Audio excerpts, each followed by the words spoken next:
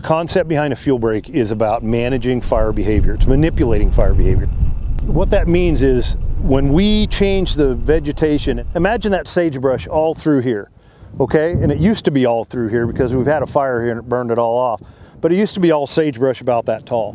Well, when we have fires in that sagebrush in August and the wind's blowing 15 miles an hour, the flame lengths are usually 25, 35. They can even be out to 40 feet. But if we manipulate the fuels and we take that sagebrush away, and then we choose different kinds of vegetations that it burns into, now when it comes out of that sagebrush, it goes from a 25-foot flame length down to an 8 or a 4 or a 6. And if it's adjacent to a road, which is your real break in the fuel continuity, right? Now your fire community is right there on that road, and as the fire comes to the road, we've made it safer for the fire community to be there, and we've made them more effective. Fuel breaks aren't showstoppers in and of themselves. If we put in a whole bunch of fuel breaks out here and we just go, well, I guess our work's done, we don't have to respond to fires out there. No, that's not how it works. You have to have the fire community engaged in fighting fire. These fuel breaks are just giving them a tool to be more successful strategically. So forage kochia is a non-native. It doesn't come from this part of the country.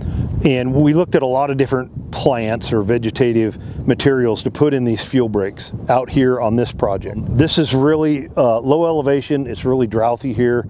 It doesn't get much moisture. A lot of years it's only in the 4 to 6 inch range down here on this flat. Since it's been burned over so many times and it's kind of degraded, it's low in elevation, it's low in precipitation. We had to use a non-native. Once it gets established, and it's really hard to establish because it's kind of finicky. So that's why you see this bare dirt here. We're trying to take the competition away from it and give it a better chance of establishing from seed. Now once it gets established, what it does is it has a tap root and it has a fiber root. And it basically starts to occupy the whole soil horizon around itself and outcompetes all the other vegetation around it. All these weeds, the Russian thistle, that won't be able to even grow on this site once we get this established with forage kochia. And then it's basically self-perpetuating, and that means we don't have to come back and maintain it or put more money into it. So it'll actually be here for generations. The first part of restoring the Snake River Plain is we've got to get control of the fire cycle, which is completely out of control in the sense that it's burning too frequently.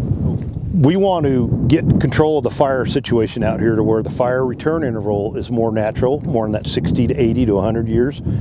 And then once we get these fuel breaks,